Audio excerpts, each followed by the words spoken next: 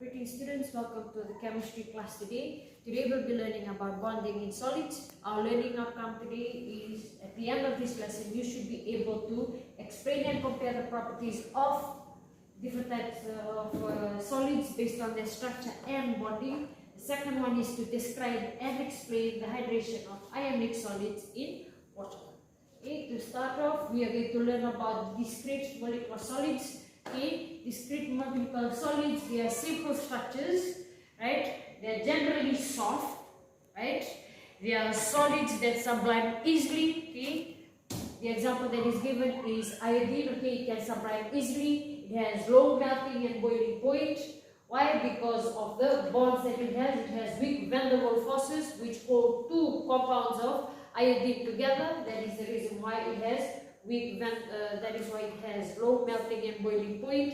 Okay, it does not conduct electricity because there are no free movement of electrons. Okay, it has strong intramolecular forces because of the strong covalent bonds that is between two iodine atoms, as you can see. And the examples are, as I stated, you have iodine and you also have solid carbon dioxide, which is also known as dry ice.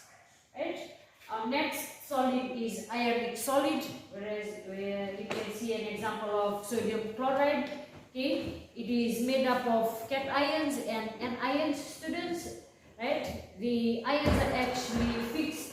Okay? They are fixed in the solid structure, and it is arranged in a 3D ionic lattice, where you can see right now. Okay, the bonds are held together by strong electrostatic forces, okay, and of attraction, whereby oppositely charged ions, okay, oppositely charged ions, that means Na plus and Cl minus, or negative and positive ions, they are actually held together by in the lattice, right?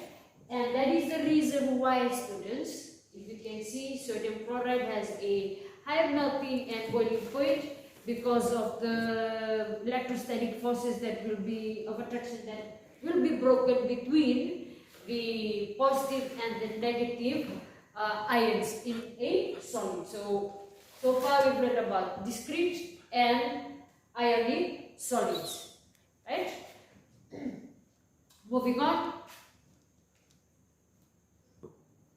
Because of the solid state that is in, so ionic solids, they cannot conduct electricity in solid state because of the ions are being held together in a fixed position, but it can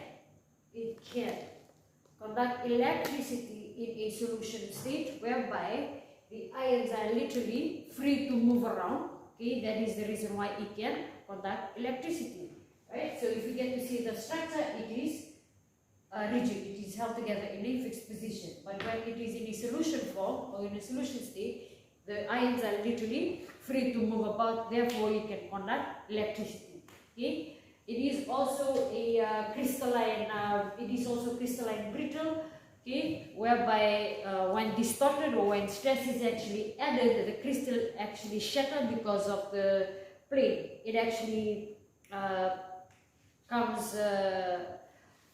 it does not realign, therefore it can actually, repulsion occurs and it literally breaks, right? So an example of ionic solids is when it actually undergoes hydration or solvation, right? So if you get to see, when sodium chloride is mixed with water, okay, the sodium and the chlorine atom, they break apart, right? So when they actually dissolve, the sodium chloride, which is sodium ion, is attacked by the oxygen, okay, the partially negative part of the water molecule, right? And for the chlorine, Cl minus, it is attacked by the partial positive of the water molecule, which is the hydrogen. Okay, so that is how hydration occurs. Okay. So, if you get to see, students, I will repeat again. Na plus is attacked by O, okay, which is delta negative, right? and Cl minus is attacked by delta positive, which is H on the water molecule. Right? Moving on, our metallic solids, that is the third type of metal that we are going to learn. The example is there, right, where you get to see your metal ions.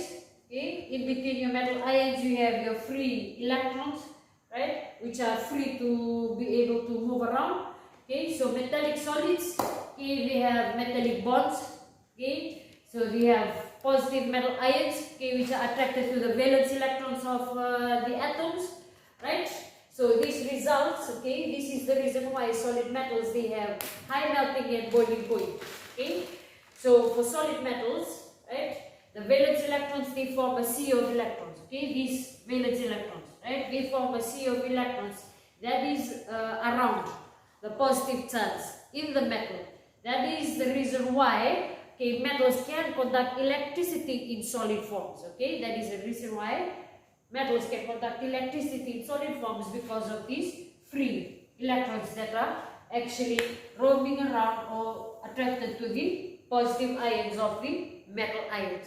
Okay, so electrons are able to also absorb and re-emit light of different wavelength, right? And that is the reason why metal solids are actually lustrous. Lustrous, another word for lustrous is shiny. Okay, that is the property of the metallic solids. Now we're going to move on to our linear solid. Okay, linear solids, they are covalently bonded, right? Covalent solids. The first example is plastic sulfur, right? So plastic sulfur, they are non-crystalline form of sulfur, right? They are formed when molten sulfur is poured into cold water. Okay, what happens is that dark brown or black ribbons of sulfurs are formed. Okay, it is very soft and it's easily stretchable. That is why sulfur is stretchable. Okay, and it contains long chains of sulfur. Okay, atoms that are lined and then are held by weak van der Waals forces. That is why sulfur is unstable and changes into rhombic sulfur upon slight heating. Okay.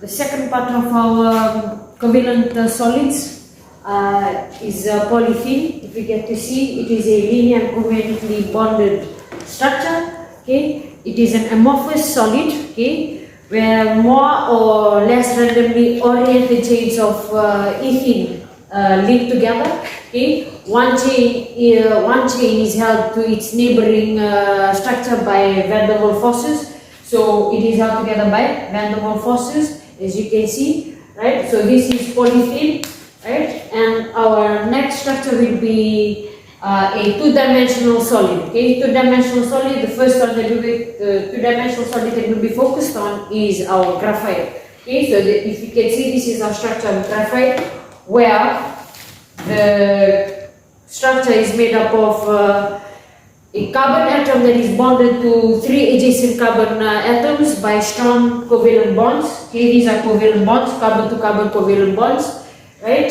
It has a high melting point and a very high melting point because a lot of energy is required to break the strong covalent bonds. Okay, that is the reason why it has a very high melting point. Okay, if you get to see between the layers, you have delocalized electrons that will be surfacing, they will be moving around freely. Okay, that is the reason why it can conduct electricity. Okay, it has delocalized electrons between the two layers. That is the reason why it can conduct electricity, right? The carbons, okay, they are arranged in a layer whereby the layers of interconnected horizontal hexagonal, okay, rings which is formed. Okay, so you get to see carbon to carbon bonds, okay, forming a hexagon shape. Between the carbon bonds you have a covalent bond, and between the two layers you have van der Waals forces. Okay, that is the reason why you get to see that the layers can slide, okay, over each other, and which makes the graphite soft and slippery. Okay, then we go on to our next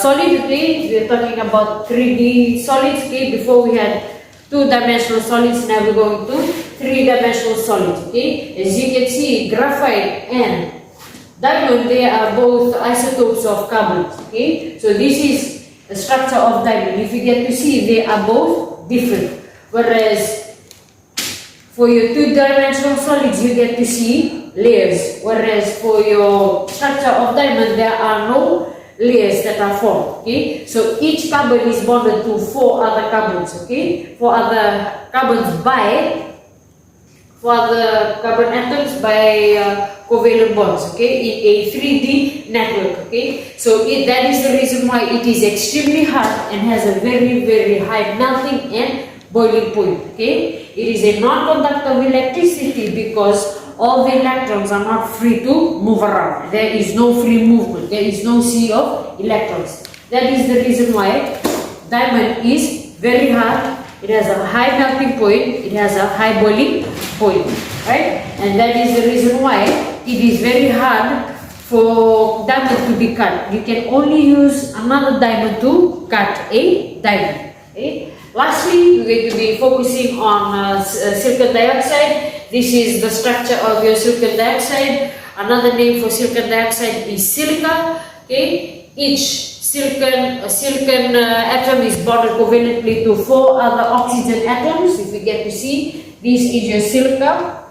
Okay, your silicon atom, and that is your oxygen. Okay, so one silicon atom is bonded to 4 oxygen atoms of each atom. Okay, they are covalently bonded, right, to 2 silicon atoms. Okay, in a giant covalent structure. This is a covalent structure. Okay, that is the reason why silicon dioxide is very hard and it has a very high melting point.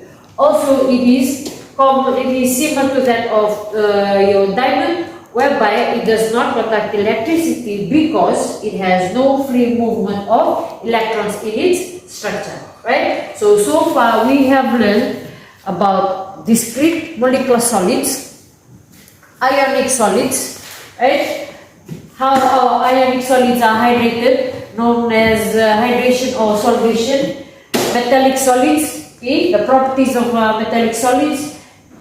Our covalently bonded structures, okay, solids. You have linear solids, right? You have plastic sulfur, you have polythene, and to the solids, the example is graphite, and 3-dimensional solids with 2 examples, which are diamond and silicon dioxide. Okay, so I have prepared 4 questions whereby you have to attempt that, right?